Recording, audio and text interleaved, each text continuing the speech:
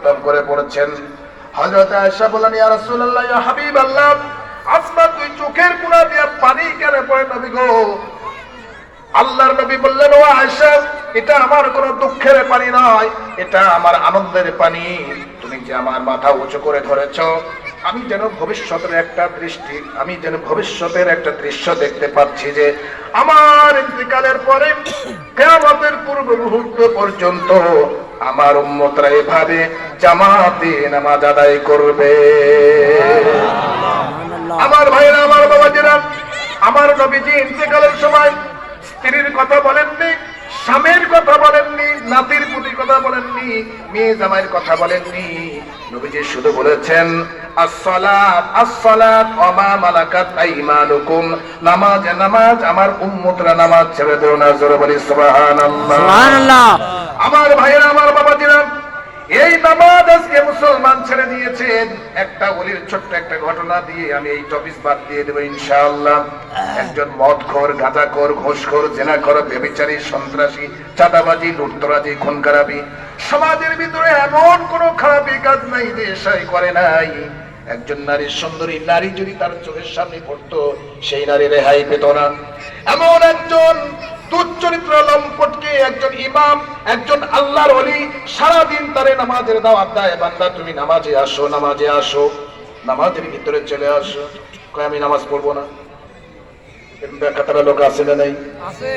বলেন আছে না নাই? এইদিকে ভালো, আপনাদের কুষ্টিয়ার মানুষ তো অনেক ভালো, এরকম মনে হয় এদিকে নাই, আছে নাকি বলেন? তো বারবার আল্লাহর ওলি দাওয়াত দেয়, সে তাকে নামাজের জন্য সে অপার বলে আমি নামাজ পড়বো না। একদিন, দুদিন, 3 দিন বলতে বলতে একটু মহব্বত হয় নাকি বলেন? দেখবেন যেটা গাঁজাখোর, এত সুন্দর আচরণ তার, গাটা বসে সালাম দিয়ে হুজুর কেমন আছেন, আগেই ওটা যে বদমাশ, ওটা ঢাকার জন্য এটা করে, কথা ঠিক না বেঠিক? তো হুজুর দাওয়াত দিচ্ছে, নামাজ পড়ো। এই নামাজে একমাত্র ইন্নাস সালাতা তানহা আনিল ফাহশাই ওয়াল মুনকার, এই নামাজই তোমাকে খারাপি পাপাচারী কাজ থেকে বেরাতে পারে, তুমি আসো। তো বলতেছে, না হুজুর নামাজ পড়ো। আরেকদিন বলছে, এবার বলতেছে, হুজুর আপনি সারাদিনই আমারে বলেন আমি নামাজ পড়তে পারি, তবে শর্ত আছে একটা। কি শর্ত? শর্ত হলো আমি মদ খাওয়া ছেড়ে দিতে পারবো না, আর যত বাজে কাজ আছে, নারী নেশা, সন্ত্রাসী, চাঁদাবাজি, লুটতরাজি, খুনখারাপি, ধর্ষণ, যেটা সব বন্ধ করে দেব, কিন্তু আমি মদ খাওয়া ছেড়ে দিতে পারবো না। আপনি যদি অনুমোদন দেন তাহলে আমি নামাজ। আল্লাহর শর্ত লাগিয়ে দিলেন, তুমি যদি এই শর্তই আমাকে আরোপ করো, তোমার কাছে আমার একটা আরজি, আর আরজিটা হলো তুমি কোনদিন আমার সামনে মদ খেতে পারবে না। জোরে বলি সুবহানাল্লাহ। খাও কিন্তু আমার সামনে খেতে পারবে না। কিতাবের ভিতরে বর্ণনা করেছেন, সকালবেলা ফজরের আজান হয়ে গেছে, এই আল্লাহর বান্দা নামাজে হাজির হওয়ার জন্য সুন্দর করে গোসল টোসল করে পবিত্র হয়ে নামাজে চলে গেল।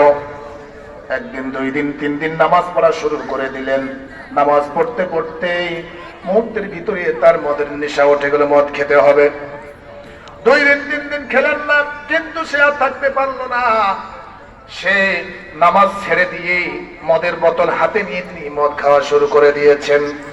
নোংরা জায়গায় গিয়েছেন, নোংরা জায়গায়, ডাস্টবিন অথবা চুপে চাপে নোংরা জায়গায়, সেখানে গিয়ে মদ খাওয়া শুরু করলেন। মদ খাওয়া শুরু করেছেন, কিতাবের ভিতরে এসেছে হুজুর ধমক দিচ্ছেন, মনে হচ্ছে যেন তার ছবিটা ভেসে উঠেছে। হুজুর বলতেছেন, খবরদার, তুমি আমার সামনে মদ খাবার তুমি বলেছ? হ্যাঁ ঠিক আছে হুজুর, আমি আর আপনার সামনে খাবো না। সুবহানাল্লাহ বলেন। আপনারা বাড়ি যাই বলেন সুবহানাল্লাহ কোন? এরা মনে হয় বাড়ি যাই বলবে, এই জন্য বলেন। জোরে বলে আল্লাহু আকবার। তো তিনি কি করলেন? এইভাবে চিন্তা করেন, হুজুর এখানে হাজিরের, তাহলে আমি একটু আরো নোংরা জায়গায় যাই, একেবারে ডাস্টবিন ময়লা জায়গাতে, সেখানে গেলে নোংরা জায়গাতে হুজুর হাজির হবে না, ওখানে গিয়ে খাওয়া শুরু করবে। কিতাবের ভিতরে বর্ণনা এসেছে, হুজুর বললেন, তুমি আমার সামনে মদ খাবে না বলেছো, কেন মদ খাচ্ছ এ যুবক? তুমি মদ খাওয়া ছেড়ে দাও। যুবক এবার মনে মনে ভাবলেন, হুজুর আমার ভুল হয়ে গেছে, আমি আর কোনোদিন মদ খাবো না। মদের শিশিটা অনেক দূরে ছুঁড়ে ফেলে দিলেন, দিয়ে আবার আজান হয়ে গেল, জামাতে আসরের নামাজের আজান হয়ে গেল, জামাতে হাজির হয়ে গেল। নামাজ পড়ার পরে হুজুরকে এবার বলতেছেন, ও আল্লাহর ওলি, হুজুর কি মধু দিয়েছেন, আমারে কি আকর্ষণ দিয়েছেন, এমন আকর্ষণ এমন তেলাওয়াত আমি নামাজের ভিতরে করি, হুজুর নামাজ পড়ার কারণে আমি যখনই মদ খেতে যাই আপনার চেহারা ভেসে ওঠে, আমি মদ খেতে পারি না। হুজুর আজ থেকে আমি ওয়াদা করলাম জীবনে আর কোনোদিন মদ খাবো না। তিনি আর কোনোদিন মদ খেলেন না। কিতাবের ভিতরে এসেছে শেষ পর্যন্ত এই আল্লাহর বান্দা এই নামাজ পড়তে পড়তে গিয়া যত খারাপি কাজ আছে সমস্ত খারাপি কাজগুলো ছেড়ে দিয়ে এতটা আমল করেছেন যে হক্কানি একজন আল্লাহর ওলিতে রূপান্তরিত হয়ে গেছে। এজন্য আমার ভাইরা যারা মদ খাচ্ছেন খান কিন্তু নামাজ পড়েন। আবার ফতোয়া দিচ্ছি না মনে করবেন, যারা সন্ত্রাসী করতেছেন করেন, চাঁদাবাজি করতেছেন করেন, গীবত করতেছেন করেন, কিন্তু নামাজ পড়া লাগবে। রাজি আছেন কিনা? নামাজ যদি পড়েন আপনাদের সমস্ত খারাপি কাজ মন থেকে দূর হয়ে যাবে। সরে বলি সুবহানাল্লাহ। আরেকটা পয়েন্ট নামাজ সম্পর্কে দিয়া অন্য পয়েন্টে যাব। আরেকটা পয়েন্ট হলো নামাজ মানুষকে সঠিক গণতন্ত্র শিক্ষা দেয়। সুবহানাল্লাহ কোন সুবহানাল্লাহ। মেলাওয়াজ নামাজ মানুষকে সঠিক গণতন্ত্র শিক্ষা দেয়। আমাদের দেশে তো গণতন্ত্র চলে, কথা ঠিক না ব্যাঠি?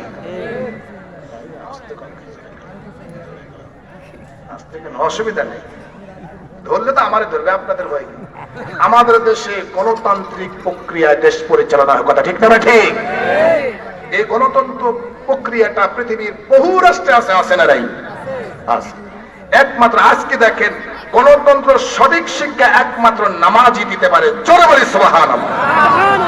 শুনবেন কেমনি গণতন্ত্র নামাজ শিক্ষা দেয়? আমার ভাইরা, আমার বাবাজিরা, সম্রাট মাহমুদ আখতার আর চাকর আয়াজ দুইজনে নামাজে দাঁড়ালেন। নামাজ পড়তে গিয়া সম্রাটের গায়ে চাকর আয়াজের পা লেগেছে। পা লাগার সঙ্গে সঙ্গে শ্রোতা মণ্ডলীরা বলা শুরু করে দিল, সম্রাটের গায়ে আজকে চাকর আয়াজের পা লেগেছে, সুতরাং চাকর আয়াজের আজকে বাঁচার কোন সুযোগ নাই। সম্রাট মাহমুদ আখতার এই আওয়াজ যখন পেলেন, তার কানে এই আওয়াজ যখন পৌঁছালো, ইমাম সাহেবকে বললেন, হুজুর আমার একটু সময় দিতে হবে। ইমাম সাহেব বললেন, ঠিক আছে বাদশাহ, আপনি সম্রাট, আপনি কথা বলেন। মসজিদের ভিতরে সম্রাট দাঁড়িয়ে গেল। সম্রাট দাঁড়িয়ে এবার বলতেছেন, এক হি সব মে খড়ে হোগে মাহমুদ আয়াজ, এক হি সব মে খড়ে হোগে মাহমুদ আয়াজ, না কোই বান্দা রহা না কোই বান্দা নেওয়া। চলো বলি আল্লাহু আকবার।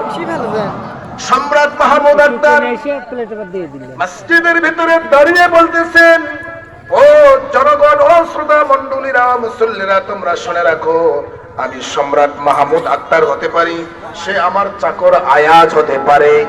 আমরা যখন মসজিদের ভিতরে প্রবেশ করে নামাজে দাঁড়িয়েছি, মনে রাখতে হবে এটা আল্লাহর ঘর। আমি সম্রাট হতে পারি, সে আমার চাকর আয়াজ হতে পারে, দুজনে আমরা আল্লাহর গোলাম হয়ে গেছি। আসতে বলি সুবহানাল্লাহ। আচ্ছা একবার একটু জোরে বলেন আল্লাহু আকবার। টাকা পাবেন না নি, মনে রাখেন, যত জোরে কোন টাকা পাবেন না। এখন আবার তাহলে সম্রাট মাহমুদ আখতার আর চাকর আয়াজ দুইজন যখন নামাজে দাঁড়ালেন, সেখানে তো সম্রাটেরও ভেদাভেদ থাকলো না, চাকরেরও ভেদাভেদ থাকলো না। নামাজের কাতারে যখন আমরা দাঁড়াই, কোন এসপিডিসি মন্ত্রী কি বলতে পারে, এই তুমি একটু পিছনে যাও? এই কথা বলার ক্ষমতা আছে? স্বয়ং প্রেসিডেন্টও যদি বলে, তার কাছে যে ভিক্ষুক যদি দাঁড়ায়, তার কি বলার ক্ষমতা আছে, এই ভিক্ষুক তুমি পিছনে যাও? ক্ষমতা আছে? তাহলে সঠিক গণতন্ত্র নামাজের ভিতরে আছে না নাই? চিল্লা বলেন আছে না নাই? সেই নামাজে আপনারা যেতে রাজি আছেন নাকি বলেন? কারা কারা যাবেন না হাত তুলে দেখান। বলেন কারা কারা যাবেন না হাত তুলে। এরকম দেখেন আমার জবর হাসি আসছে সাদেকের। আজ হয়তো মসজিদে হয়তো জুমার নামাজের চাইতে বেশি মুসল্লি হবে হয়তো। আমিও তো থাকবো ইনশাল্লাহ, আজকে নিয়ত আছে। এটা আমার বন্ধু, একসঙ্গে 2008 সালে রাজশাহী একাডেমিতে ইমাম প্রশিক্ষণ দিয়েছিলাম। ওই 8 সালের সাক্ষাৎ আর আজকে সাক্ষাৎ, এর ভিতরে সাক্ষাৎ হয়নি। আমার সঙ্গে মোবাইলে কথা হচ্ছে 2-3 দিন, এর আগেও কথা হয়েছে, কিন্তু এই যে শাহ আব্দুল লতিফ এটাও আমি জানতাম না। আল্লাহু আকবার। তো আপনাদের ইমাম মনে হয় না, উনি ইমাম। হয়তো আজকে আমি তার কাছে থাকবো ইনশাল্লাহ। মারেন কাটেন যাই, আমি আজকে থাকবো, দেখবো আজকে ফজরের নামাজে কতজন মুসল্লি হয়। জোরে বলি আল্লাহু আকবার। আচ্ছা, আমি আমার সময় কম, হ্যাঁ, আমাকে যতটুকু সময় দিয়েছেন দেখুন, আমার সময় মতো আমার ইঙ্গিত দিবে, হ্যাঁ। আমি অন্য আরেকটা টপিকে যাব। আমাকে 2টা পয়েন্ট দেওয়া হয়েছিল আজকের আলোচনা। 1 নম্বর আলোচনার পয়েন্ট হলো নামাজ। মানে দেশের সেসিশন খারাপ দেখেই বলছে নাকি জানি না, সব বললারাই গরম হয়, সরকারের বিরুদ্ধে আবার বলুন দরকার কি? কথা ঠিক না ব্যাটি? কেন বলুন? কোরআনের কথা বলতে বলতে এত কথা খোঁচা দেওয়ার দরকার কি? সরকার যেটা করতেছে জবাব সে দিবে, আমি আপনি দেবো নাকি বলেন? আমরা তো বুঝতেই পারি, খালি চুপ থাকবেন আর থুতু গিলবেন, কিছু বলা দরকার নাই। কারণ যাহারাল ফাসাদু ফিল বাররি ওয়াল বাহরি বিমা কাসাবাত আইদিন নাস, স্পষ্ট কোরআন শরীফের আয়াত। মানুষ যখন মুসিবতে পড়ে, বিপদে পড়ে, তার 2 হাতের অর্জিত আমলের কারণে পড়ে। তা আপনি সরকারের সাথে লাফালাফি করে পারবেন নাকি বলেন? তো খোঁচা দিয়ে লাভ কি? চুপচাপ থাকবেন। মান সমাতানা যা হাদিস যদি মিথ্যা বলে চিপ্পা কেটে দেওয়া হয়। বলেন নবী সাল্লাল্লাহু আলাইহি ওয়াসাল্লাম সমাতানা যা, যে চুপ থাকলে তার উপরে আল্লাহ তাআলার সফলতা আসলো। সুবহানাল্লাহ। জবাব উনি দিবেন। ক্ষমতা কি চিরস্থায়ী নাকি বলেন? আঙ্গুল ভরে কলা গাছ হয়ে যায়, কথা ঠিক না ব্যাটি? কি কথা বলেন? অথচ বিশ্বনবী দাঁত ভেঙেছে, নামাজে দাঁড়িয়েছেন, ওটের তাজা নারী ভরে, পচা নারী ভরে সব নিয়ে চাপিয়ে দেওয়া হয়েছে। আবু জেহেলের নেতৃত্বে তাকে হত্যা করে বারবার ষড়যন্ত্র করা হয়েছে, কিন্তু সেই নবী কি, তার কি নবুয়াতি চলে গেছে? মক্কাবাসীরা নির্যাতন, নিষ্পেষিত, নিপীড়ন করে তাকে মক্কা থেকে আল্লাহর হুকুমে মদিনায় হিজরত করতে বাধ্য হয়েছে। মক্কাবাসীরা তারা চিনে নাই, কিন্তু মদিনাতে যাওয়ার সঙ্গে সঙ্গে কালেমার দাওয়াত দিয়েছেন। তারা এতই ভালোবেসেছেন, বিশ্ব নবীর ভালোবেসে রাষ্ট্র প্রেসিডেন্ট বানাইয়া দিছে। এখনো কন্যা সুবহানাল্লাহ কয়। তাহলে মক্কা থেকে পিঠা খাইয়া মদিনায় গেল, মদিনাবাসী ভালোবেসে তার কি বানালো? রাষ্ট্র প্রেসিডেন্ট বানালো। সুবহানাল্লাহ বলে। সময় নেন, একটা ঘটনা ওখান থেকে না বললে হচ্ছে না, আপনাদের একটু বোঝানোর জন্য কেন রাষ্ট্র প্রেসিডেন্ট বানানো। আর ওই রাষ্ট্র প্রেসিডেন্টের কথা শুনে সাহাবা আজমাইন কি আমল করেছেন, আর আজকেও আসেন আপনারা কি আমল করবেন, এটা আমি থেকে আজকে দেখব। হযরত সাদ ইবনে উমাইর রাদিয়াল্লাহু তাআলা আনহু কে হযরত ওমর ইবনুল খাত্তাব রাদিয়াল্লাহু তাআলা আনহু সিরিয়ার গভর্নর হিসেবে পাঠালেন। সিরিয়ার গভর্নর হিসেবে দায়িত্ব দেওয়া হলো। সাদ ইবনে উমাইর সিরিয়াতে গিয়ে তিনি জীবন যাপন শুরু করেছেন। এত বড় একটা রাষ্ট্রের গভর্নর, টাকা আছে না নাই? তার হাতে ক্ষমতা আছে না নাই? হযরত সাদ ইবনে উমাইর রাদিয়াল্লাহু তাআলা আনহু সিরিয়ার গভর্নর হওয়ার পরে সেখানে দায়িত্ব পালন করলেন। রাষ্ট্রের কাছে কোনো বেতন নেয় না, কিচ্ছু নেয় না। তার কোনো বেতন নেওয়ার প্রয়োজন সে মনে করেনি, যে আমার শক্তি আছে, সামর্থ্য আছে, আমি এখন কামাই করব, রুজি করব, ইনকাম করে তারপরে আমার সংসার পরিচালনা করব। জোরে বলি সুবহানাল্লাহ। সাদ ইবনে উমাইর রাদিয়াল্লাহু তাআলা আনহু এই সিরিয়ার গভর্নর হওয়ার পরে তিনি সরকারি কোনো বাসস্থানে তার কোনো বসবাস সে করে নাই, বাড়িতে সে ঢোকে নাই, বিজন জঙ্গল মরুভূমিতে চলে গেল। সেখানে গিয়ে সাদ ইবনে উমাইর রাদিয়াল্লাহু তাআলা আনহু ছোট্ট একটা তাবু আটকালেন। তাবু গাড়ি সেই তাবুতে তার স্ত্রী একটা কন্যা সন্তান নিয়ে বসবাস শুরু করে দিলেন। একদিন নয়, 2 দিন নয়, 3 দিন নয়, অনেকদিন পার হয়ে গেল। হযরত ওমর তার খবর নিতে পারেননি। হঠাৎ করে ওমরের মনে হলো, সাদ ইবনে উমাইর কি সিরিয়ার গভর্নর হিসেবে আমি পাঠিয়েছি, সাদ ইবনে উমাইর মনে হয় সেখানে কি অনেক টাকা হয়ে গেছে, এজন্য আমি ওমরের খবর সেও নাই। এই আল্লাহর নবীর সাহাবী হযরত ওমর ইবনে খাত্তাব রাদিয়াল্লাহু তাআলা আনহু সাদ ইবনে উমাইরের কাছে তার একজন প্রতিনিধি পাঠানো হলো। 500 দিরহাম তারে দিয়ে দেওয়া হলো। প্রতিনিধিকে বলা হলো, আমার সাদ ইবনে উমাইর যদি আগের জীবন ব্যবস্থা পরিচালনা করে, সে যদি সে আগের মতোই থাকে, তাহলে তারে 500 দিরহাম তুমি দান করে আসবা, হাদিয়া দিবা। আর যদি সাদ ইবনে উমাইর রাদিয়াল্লাহু তাআলা আনহু যদি টাকা পয়সা হয়ে যায়, যদি অনেক সম্পদ হয়ে যায়, তাহলে তার দিরহাম দেওয়ার দরকার নাই। তুমি একটু খবর নিয়ে আমার কাছে এসো। হযরত ওমরের প্রতিনিধি সাদ ইবনে উমাইরের কাছে চলে গেল। সিনিয়র গভর্নরকে খোঁজা শুরু করলাম। সিনিয়র গভর্নরকে খুঁজতে খুঁজতে তিনি যখন পেলেন না, বাড়ি খুঁজে পায় না, সরকারি বাড়িতে সে বসবাস করে না, তাহলে কোথায় গেল? খবর নিতে নিতে দেখা গেল একটা গ্রামের ভিতরে ছোট্ট একটা তাঁবু গড়ে, সেই তাঁবুর ভিতরে তিনি জীবন যাপন করেছেন। জোরে বলি সুবহানাল্লাহ। এত বড় গভর্নর ক্ষমতা থাকার পরেও তিনি সেটা গ্রহণ না করে মুহূর্তের ভিতরে তাঁবু আটকাইয়া তাঁবু গড়ে সেখানে বসবাস শুরু করলেন। তার ইনকাম সোর্স শুনলে চোখে পানি এসে যায়। তার ইনকাম হলো, কিতাবের ভিতরে এসেছে, তিনি রশি বানাতেন। দড়ি ছিলেন কি? রশি। এই দড়ি বানাইয়া সে বাজারে বিক্রি করে জীবিকা নির্বাহ করত। জোরে বলি সুবহানাল্লাহ।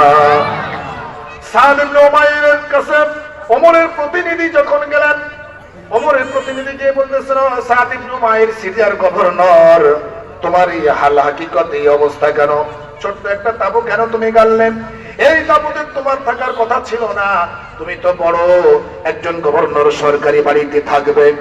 সাদ ইবনে উমাইর বললেন, ওইটা তো আমার বাবার সম্পদ নয়। জোরে বলি সুবহানাল্লাহ।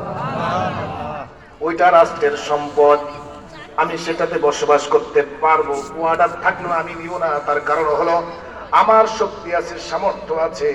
ওই রাষ্ট্রের ওই বড় বাড়িতে যদি আমি থাকি, তাহলে যদি আল্লাহ রাব্বুল আলামিন সেদিন আমারে জিজ্ঞাসা করে, এ সাদ ইবনে উমাইর, সিরিয়ার গভর্নর থাকা অবস্থায় তুমি সরকারি বাড়িতে বসবাস করেছো, আর সেই বাড়িতে বসবাস করে তুমি অনেক সম্পদের মালিক হয়ে গেছো, সুতরাং কেন তুমি সেটা গ্রহণ করলে? কেন তোমার ভিতরে অহংকার আসলো? সরকারি সম্পদ লুটতরাজ করলে, সুতরাং আজকে তুমি জাহান্নামী হয়ে যাও। সাদ ইবনে উমাইর সেদিন কি জবাব দিবে? এই জন্য আমি সেই বাড়িতে বসবাস না করে তাঁবু আটকাইয়া থাকি। জোরে বলি সুবহানাল্লাহ। হযরত ওমরের প্রতিনিধি বললেন, ও সাদ ইবনে উমাইর, সত্যি যদি তা হয়ে থাকে, তাহলে আমি এসেছি তোমার কাছে কিছুদিন থাকবো। হযরত সাদ ইবনে উমাইর বলল, তুমি ওমরের প্রতিনিধি হয়ে এসেছো, তাহলে এখানে বসে যাও। তিনি বসে গেলেন। তাকে এই যে তাঁবুর ভিতরে কেমনে থাকবে, ছোট্ট একটা তাঁবু। তার স্ত্রীকে ডেকে বললেন, সাদ ইবনে উমাইর, ও স্ত্রী, এই তাঁবুর ভিতরে একটা পর্দা দিয়ে দাও। জোরে বলি সুবহানাল্লাহ।